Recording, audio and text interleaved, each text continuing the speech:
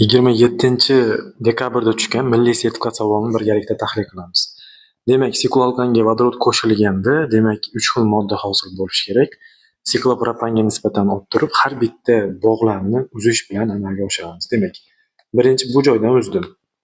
Natijada e'tibor beradigan bo'lsanglar, bizda nima hosil bo'lyapti? Mana bunday birikma paydo bo'lyapti.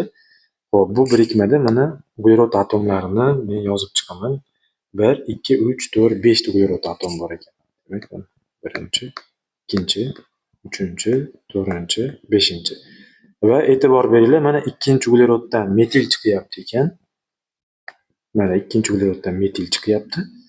Mana shuni joylab qo'ysak bo'ldi. Mana metil. Bizda hosil bo'ldi 2, xo'p, 2 metil, xo'p, pentan. 2 metil pentan degan moddamiz hosil bo'ldi. Endi keyingi uzilishimiz, kelamda qilaman, uzilgan joyini mana qizil bilan belgilab qo'yaman. Ikkinchisida uzishni pastki qismdan amalga oshiramiz. Natijada bizda nima paydo bo'lyapti?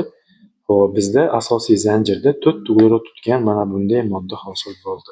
4 uglerodni men yozib chiqaman. 1, 2, 3, 4. Endi muhimi, ikkinchi uglerodda 2 ta metil borligini mana esimizdan chiqarmasligimiz kerak. Bu metillarni qo'yib chiqaman. Mana metil va mana metil. Natijada nima hosil bo'ldi?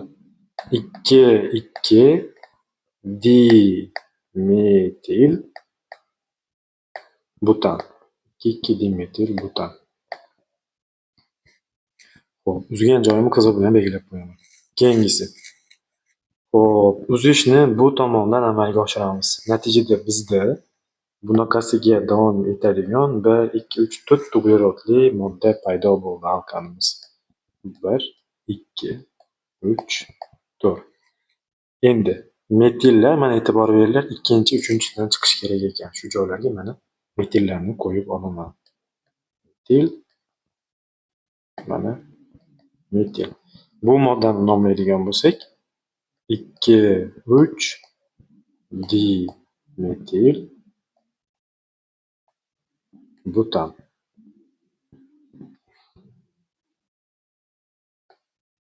2, 3 dimetil butan modda hosil bo'ldi. Uzilgan joyini mana qizil bilan belgilab qo'yaman. Demak, mana shunday ishlanishi kerak.